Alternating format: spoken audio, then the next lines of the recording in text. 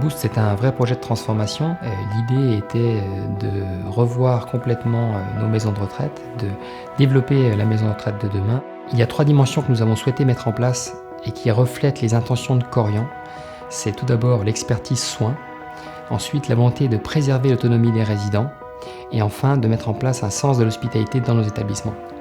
Nous avons mis tout en œuvre pour accompagner le résident dans le maintien de l'autonomie, mais également dans le développement de la qualité de vie et leur sécurité. Par exemple, on a des petites lampes au pied du lit qui détectent le mouvement du résident qui se lève la nuit.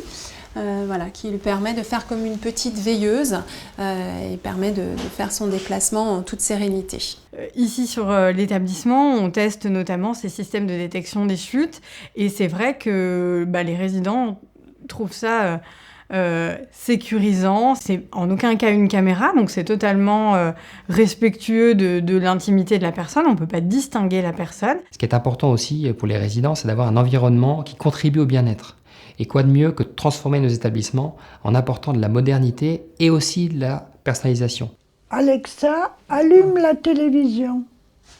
Les deux candidates. Allez Isabelle la championne qui est avec nous. Pour Madame Curtil, on a installé Alexa qui lui permet donc de gérer sa chambre avec la voix directement. On lui a mis donc la gestion de sa télévision, donc qu'elle puisse l'allumer, l'éteindre, changer les chaînes, augmenter, baisser le volume. Alexa, monte le son de la télévision. Donc cette enceinte lui permet de commander à distance certaines fonctionnalités.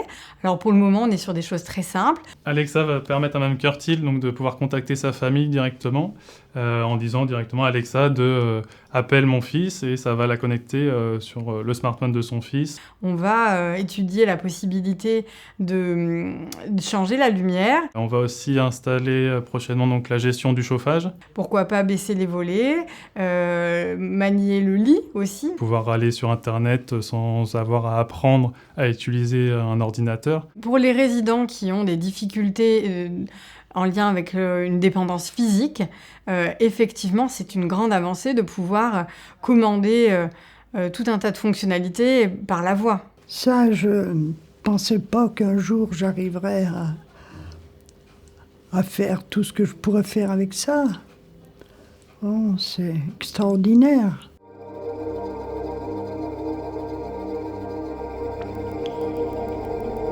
Là, regardez, il y a un gros dauphin qui va arriver en face de vous. Vous avez vu son ventre? Vous avez vu les... Ils sont là,